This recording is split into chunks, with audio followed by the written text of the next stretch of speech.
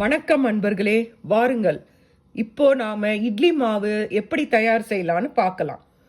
First 2 cup புழுங்கல் அரிசி எடுத்துக்கோங்க. இது இட்லி அரிசி கிடையாது, நம்ம டெய்லி சாப்பாட்டுக்கு பயன்படுத்துகிற புழுங்கல் அரிசி தான்.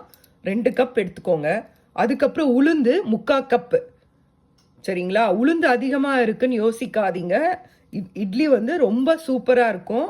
இதில் நீங்கள் வெந்தயம் சேர்க்க வேண்டாம். அதே மாதிரி 1/4 கப் பச்சரிசி எடுத்துக்கோங்க, பொன்னி பச்சரிசி.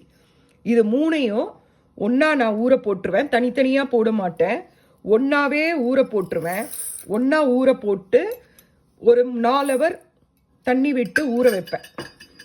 ஒரு சாயங்காலம் ஒரு 3 மணி அந்த மாதிரி ஊற விட்டேன்னா ஒரு 7-8 மணிக்கு இதை நான் கிரைண்டரில் போட்டு ஆட்டிடுவேன். அதுக்கப்புறம் நேற்று அப்படி தான் காலையில் ஊற போட்டு சாயங்காலம் மாவு ஆட்டினேன். இன்னைக்கு காலையில் பார்த்தீங்கன்னா மாவு பாருங்கள் எந்த அளவுக்கு மேலே பொங்கி வந்திருக்கு பாருங்கள்.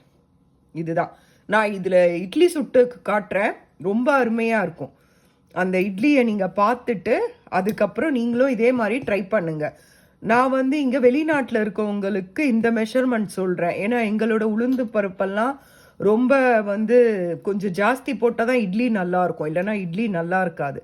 அதனால தான் நீங்கள் இந்தியாவில் இருக்கிறவங்க உதயம் அந்த மாதிரிலாம் வாங்குறீங்கன்னா நீங்கள் நான் 3/4 கப் எடுத்துக்கிறதுக்கு பதில் நீங்கள் ஒரு 1/2 கப் கொஞ்சம் ஒரு பிடி வேணால் போட்டுக்கலாம்.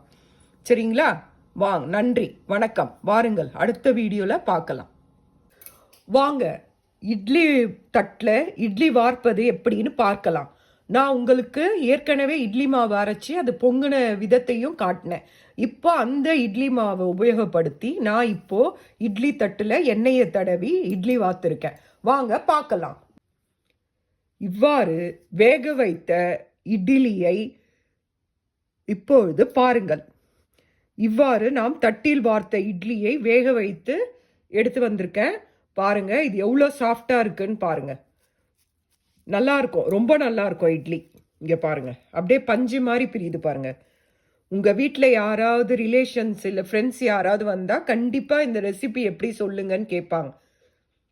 ஏன்னா இங்கெல்லாம் உளுந்தம்பருப்பு நார்மலாக நம்ம இந்தியாவில் போடுற அளவுக்கெல்லாம் போட்டால் ஒழுங்காக வரமாட்டேங்குது, கல் மாதிரி இருக்குது. இந்த அளவுக்கு எடுத்து போட்டு ட்ரை பண்ணி பாருங்கள், ரொம்ப சுவையாக இருக்கும். சாப்பிட்டு பார்த்து சொல்லுங்கள்.